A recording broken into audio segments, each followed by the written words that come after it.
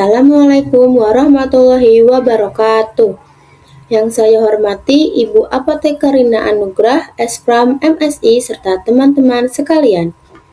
Perkenalkan, nama saya Cindy Eka Pratiwi dengan NIM 25501910084 dari kelas C Angkatan 2025.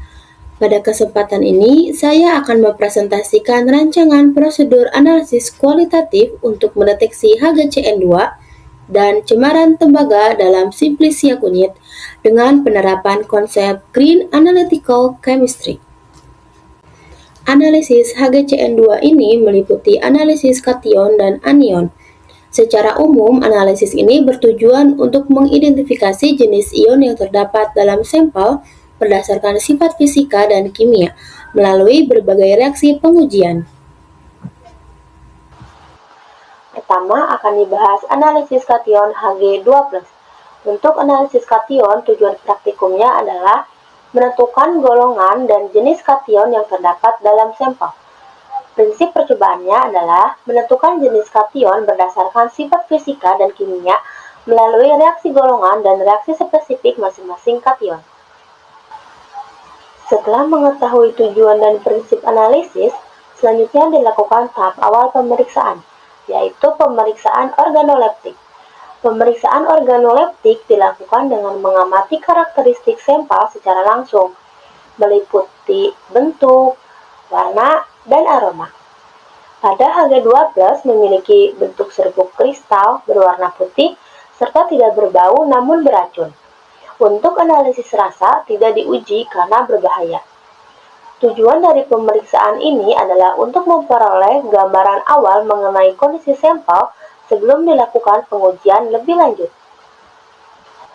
Pengujian kedua adalah pemanasan dalam tabung uji. Sedikit sampel padat dimasukkan ke dalam tabung reaksi yang kering, kemudian dipanaskan secara hati-hati dengan posisi tabung hampir horizontal. Selama pemanasan diamati adanya perubahan yang terjadi pada sampel. Dari hasil pengamatan terjadi penguraian dan terbentuk uap logam merkuri, sehingga dapat diduga adanya senyawa yang mengandung merkuri. Selanjutnya dilakukan uji nyala. Cuci kawat nikel krom dengan air, bilas dengan aquades, bakar dengan api bunsen hingga menyala, celupkan kawat nikrom ke dalam larutan HCl pekat, bakar lagi dengan api bunsen. Ulangi hingga nyala api konstan. Celupkan kawat nikel krom ke dalam KCl pekat, kemudian celupkan pada padatan halus dari zat yang akan diuji, sehingga sedikit menempel pada ujung kawat. Kemudian, bakar kawat yang mengandung zat uji tersebut ke dalam nyala api, amati warna yang dipancarkan, dan buat dugaan. Dari hasil pengamatan, sampel tidak memberikan warna nyala yang khas. Selanjutnya, dilakukan pembuatan larutan sampel. Sampel diuji kelarutannya menggunakan aquades dan tidak kelarut.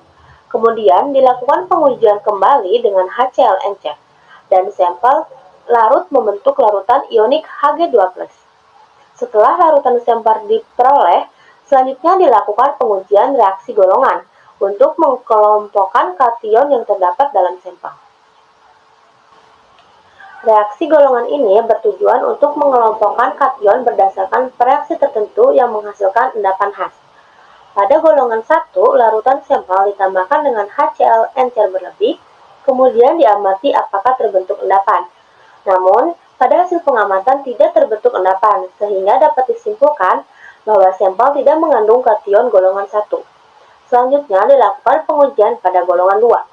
Pada golongan 2, larutan sampel ditambahkan HCl encer, kemudian dialiri gas H2S. Dari hasil pengamatan, terbentuk endapan berwarna hitam, yang menunjukkan adanya kation golongan 2 dalam sampel. Endapan hitam ini umumnya mengindikasikan adanya kation seperti Hg atau Cu dalam bentuk sulfida. Setelah diketahui bahwa sampel termasuk dalam golongan 2, maka dilanjutkan dengan reaksi spesifik golongan 2 untuk mengidentifikasi jenis kation yang lebih spesifik.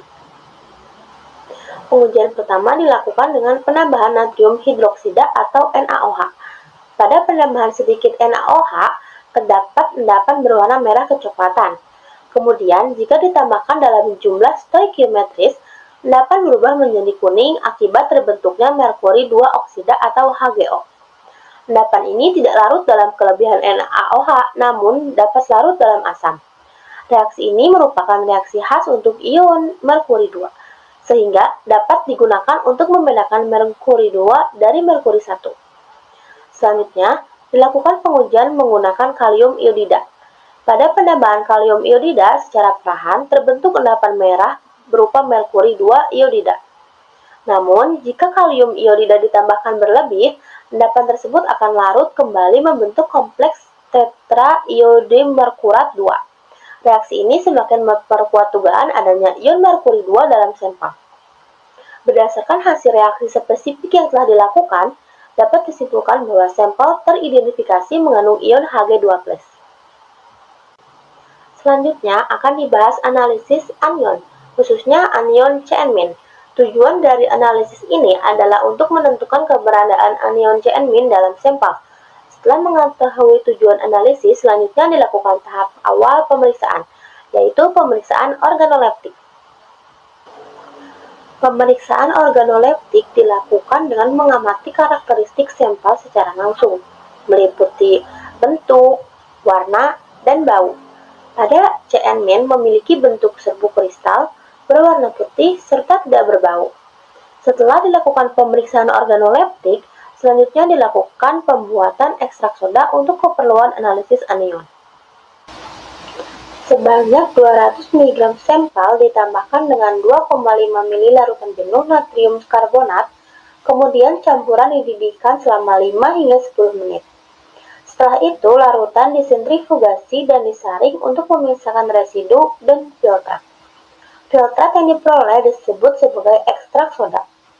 Pada proses ini, ion logam berat akan diendapkan dalam bentuk karbonat, sedangkan anion akan tetap berada dalam filtrat. Tujuan dari pembuatan ekstrak soda ini adalah untuk melepaskan anion dari ikatannya dengan logam berat, sehingga anion dapat diuji lebih lanjut. Setelah diperoleh ekstrak soda, selanjutnya dilakukan reaksi spesifik untuk mengidentifikasi anion CN- dalam sampel. Pengujian pertama adalah uji biru Prusia.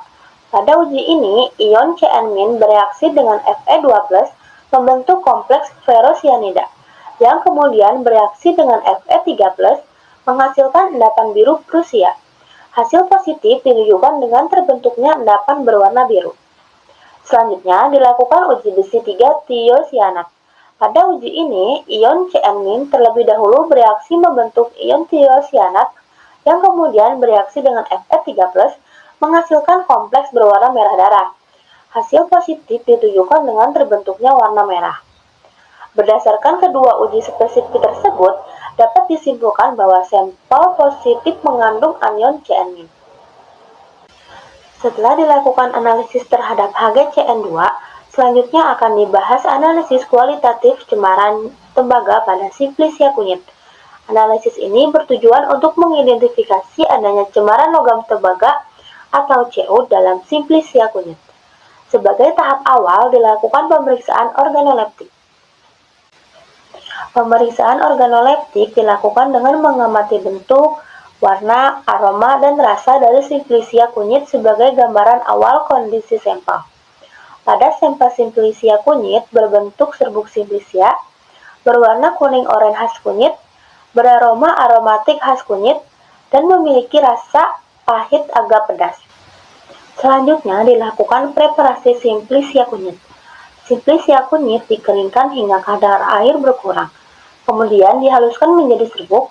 Selanjutnya dilakukan destruksi sampel untuk melarutkan kandungan logam. Hasil destruksi sampel kemudian disaring sehingga diperoleh filtrat yang selanjutnya digunakan untuk pengujian ion Cu. Setelah diperoleh filtrat, dilakukan reaksi spesifik untuk mengidentifikasi ion Cu. Pada pengujian dengan natrium hidroksida terbentuk endapan berwarna biru.